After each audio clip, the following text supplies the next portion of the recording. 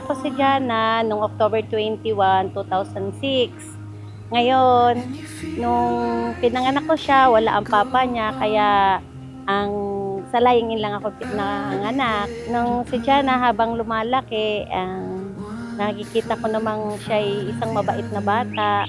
Laging nagmamahal sa kanyang ina at ama. When you've lost your way,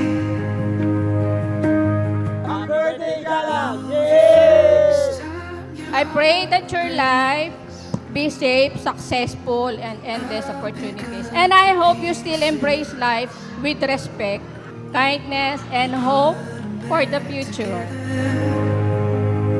Happy birthday, Jana! We love you!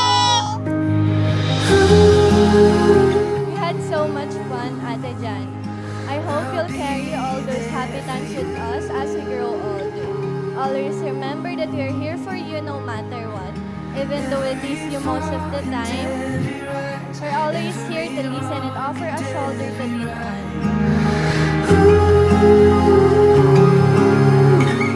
Ngayong medyo malaki-laki na siya, na nagkakaedad-edad na, nakikita ko sa kanya na lagi siya nagsusumikap sa buhay upang pagdating ng araw ay kanyang makamit ang kanyang mga pangarap sa buhay.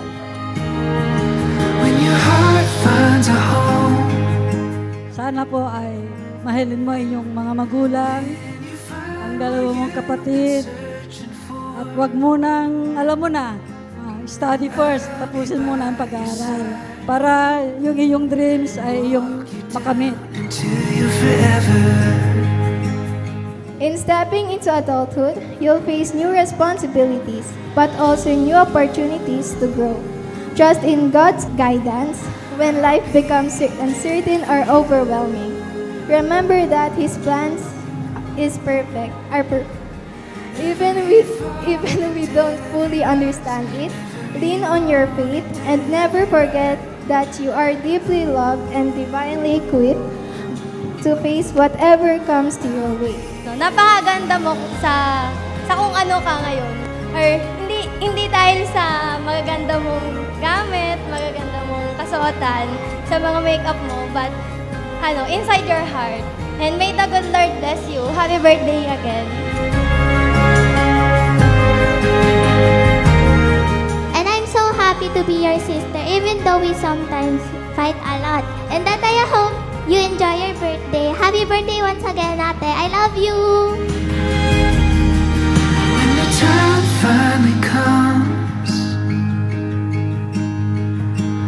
I hope you're proud of everything we've done, and you can help me put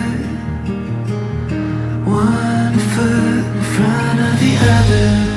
Lahat ng pangaral ko, handaan mo. Mahal na mahal ka namin. I'll be there for you. Ang birthday wish ko kay Jana, sana, alam ko naman magaling ka sa school, pagpatuloy mo yung focus mo sa school.